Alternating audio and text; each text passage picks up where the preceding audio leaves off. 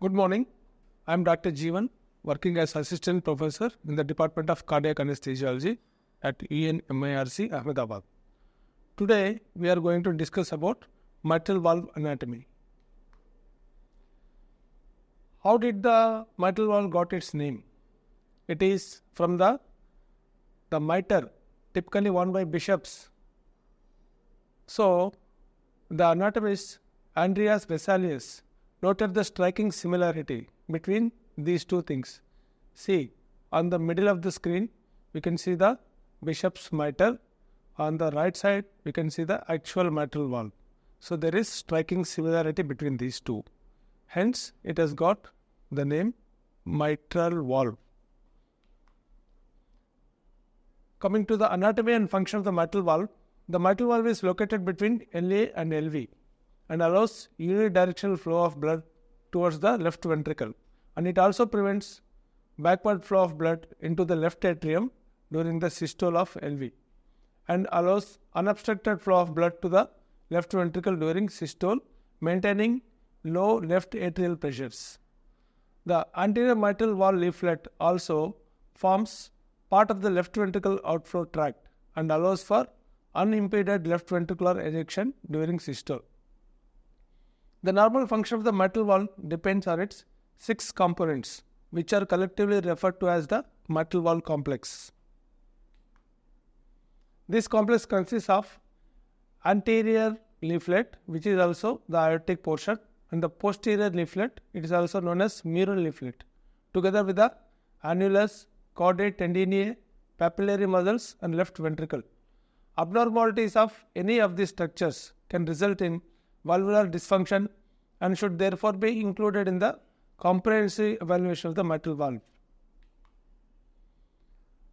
First part, the mitral valve leaflets and commissures. 2 leaflets are separated by 2 commissural areas, which cover the mitral valve area during systole. The anterior or aortic leaflet is situated anteriorly and to the right side, adjacent to and in continuum with the aortic valve, and occupies approximately 1/3 of the annular circumference. Both the aortic valve and the anterior mitral valve leaflet contribute to the so-called fibrous skeleton of the heart, and the connection between the two is sometimes described as the aortomitral continuity. The posterior or mural leaflet occupies the remaining 2/3 of the annular circumference and is much narrower than the anterior leaflet. Although the posterior leaflet appears to have less height than the anterior leaflet, they are similar in surface area. The posterior leaflet is subdivided into 3 scallops by clefts, which we will be showing you in the subsequent images. The scallop adjacent to the anterolateral commissure is named P1, with P3 situated inferior-medial in close relation to the posterior-medial commissures. P2 is the middle scallop in between P1 and P3. Even though the anterior leaflet is not anatomically divided into scallops, the areas which are opposing to the corresponding P1, P2, P3 are named as A1, A2 and A3 segments. Closure of the valve requires opposition and coaptation of the 2 leaflets, and this occurs along a single semilunar coaptation line. A normal leaflet overlap at end systole should be about 8 to 10 mm. The ends of this coaptation line, called commissures, do not extend all the way to the annulus. These commissural areas are situated anterolateral and posteromedial in relation to their respective papillary muscles. In this diagram, you can see this is the anterior leaflet and this is the posterior mitral leaflet. Coming from here, posterior mitral leaflet is divided into P1, P2 and P3. These are actually scallops, these 3. And this anterior mitral leaflet is a continuity, and the corresponding areas opposite to P1, P2, P3 are referred to as A1, A2, A3 respectively. This 3D image also shows a single continuous anterior mitral leaflet and the posterior mitral leaflets along with the commissures.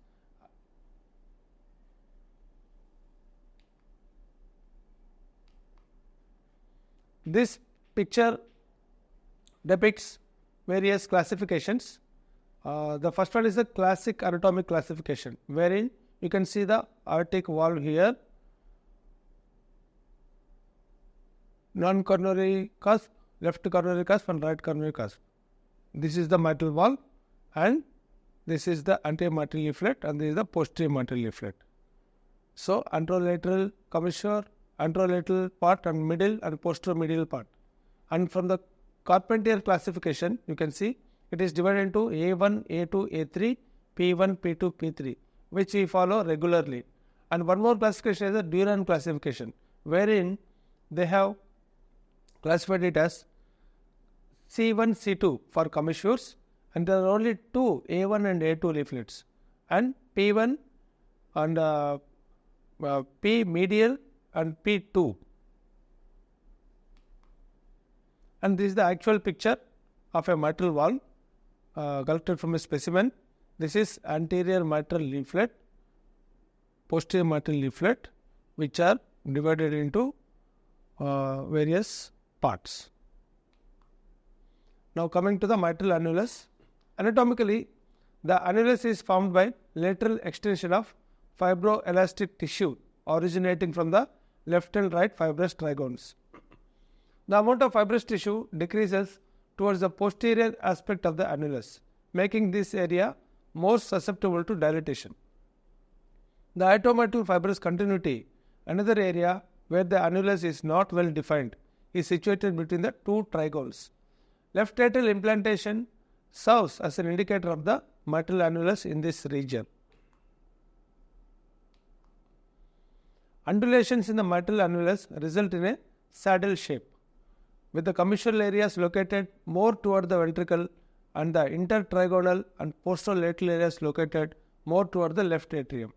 The annulus has a hyperbolic paraboloid oval shape with the intercommissural, which is intertrough distance, greater than the aortic to mural distance. The heart is slightly tilted in the chest with the anterior part positioned superiorly. Recent investigations have shown that the saddle shape plays an important role in the distribution of forces that act on the mitral valve. The size of the annulus and the high points of the saddle vary considerably during the cardiac cycle. In normal individuals during systole, the anteroposterior diameter shortens, the overall area of the mitral valve is reduced by 25%, and the saddle shape of the mitral annulus deepens. Now, papillary muscles and chordae tendineae. The subvalvular apparatus is made up of two papillary muscles supporting the mitral valve leaflets by means of multiple chordae tendineae. The anterolateral papillary muscle is attached to the anterolateral left ventricular wall and supplies chordae to the anterolateral commissures and anterior halves of both leaflets.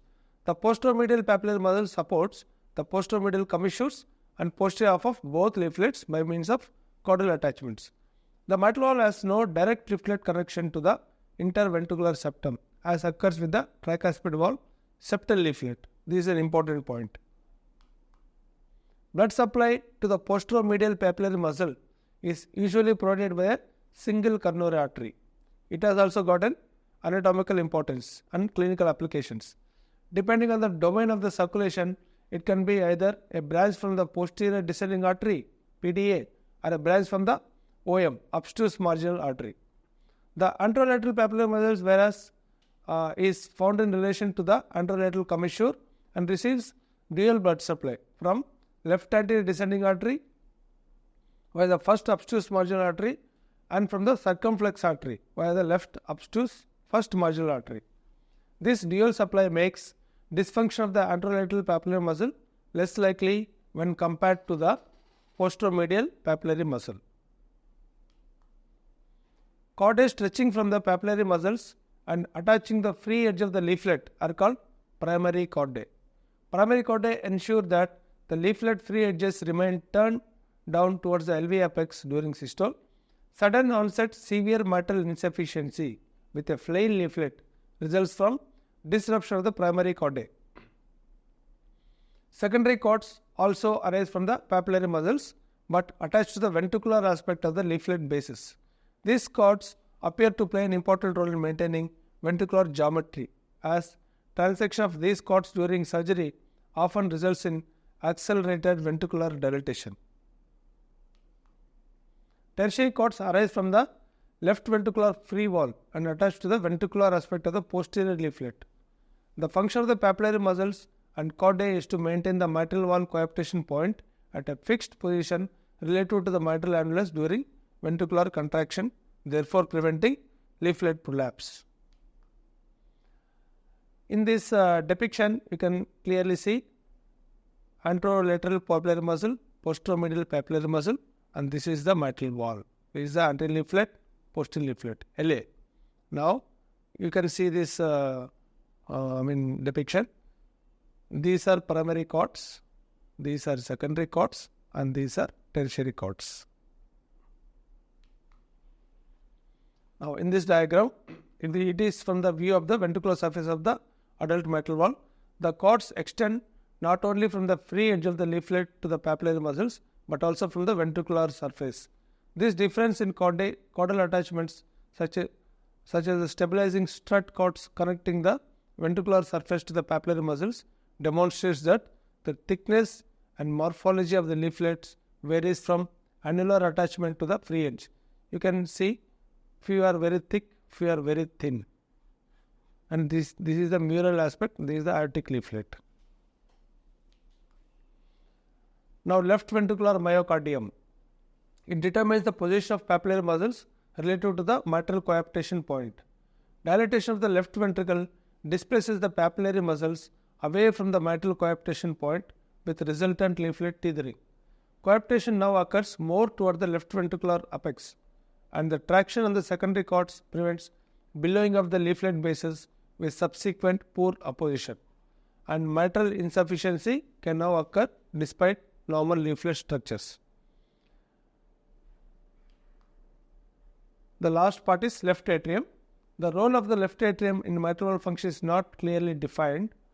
However, atrial contraction results in presystolic reduction in the mitral valve area. Atrial dilatation and loss of sinus rhythm play a role in mitral valve dysfunction. This is the mitral valve. You can see it looks in this picture as a kidney bean shaped. It is divided into A1, A2, A3, P1, P2, P3 with the two commissures. You can see the left atrial appendage, and this is the aortic wall with the non-coronary cusp, right coronary cusp, and left coronary cusp. And in this cross section also, you can see important structures which are around the mitral valve. On this edge, there is a left coronary artery which runs through. This is circumflex, and this is the right coronary artery comes here. And during the mitral valve surgery, the injury to these structures can happen. So, we should anticipate all these things in taking the patient off cardiopulmonary bypass. Now, transesophageal echocardiographic assessment of the mitral valve. Two-dimensional echocardiography requires the acquisition of multiple tomographic planes with mental reconstruction of the three-dimensional structure of the valve. Systematic 2D assessment of the mitral valve and related structures is done according to the standard views recommended in the American Society of Echocardiography and Society of Cardiovascular Anesthesiologists. These guidelines are postulated for performing a comprehensive intraoperative TE exam. And 3D echocardiography is now readily available and allows evaluation of the whole mitral valve at once with improved accuracy in the location of pathology. These are the various views to assess mitral valve.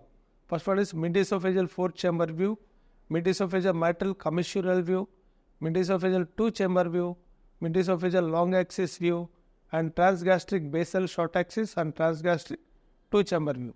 You can comprehensively evaluate a mitral valve in these views. The first one is mid-esophageal 4-chamber view. This is picture A, wherein you can see A3 part of the leaflet, anterior leaflet, and P1 part of the leaflet. And in B, this is called as mid-esophageal mitral commissural view, where you can see the commissure. Here you can see P1 and P3, in the middle you can see A2. And this is the mid-esophageal two-chamber view wherein you can see A1, P3, A2. And this is metaesophageal long axis view wherein you can see A2 and P2. For the examination point of view, when any examiner asks you which leaflet can you see in these pictures, it is safe to say A2 can be seen in almost all the views except for this metaesophageal four-chamber view. This is the transgastric basal short axis view, whereas you can see posterior mitral leaflet, antemitral leaflet, antemitral commissure, posterior mitral commissure. This is transgastric two-chamber view. This is the best view to assess the submitral apparatus. This is the LA, mitral valve, and these are the chordae tendineae. You can see clearly. In case of prolapse wherein caudal rupture is there, that can be established in this view. Now this schematic diagram gives us an idea about this is the metaesophageal four-chamber view wherein the probe will cut through all these planes. In this anteroflex plane, you can see A1 and P1. In the neutral position, you can see A2, P2. In the retroflex position, you can see A3, P3. And coming to the metaesophageal commissural view, here also you can see this. The plane will be going through A1, P1, P3, and A2 in the middle. And this is a diagram which will give you an idea about various transesophageal views and what are all the structures you can see. Coming to this first metaesophageal four-chamber view, you can see the mitral valve and A2, A1, P1 leaflets. Subsequently, just to go through this chart and you can memorize all the things, how to acquire them, and then what are all the structures seen. Thank you.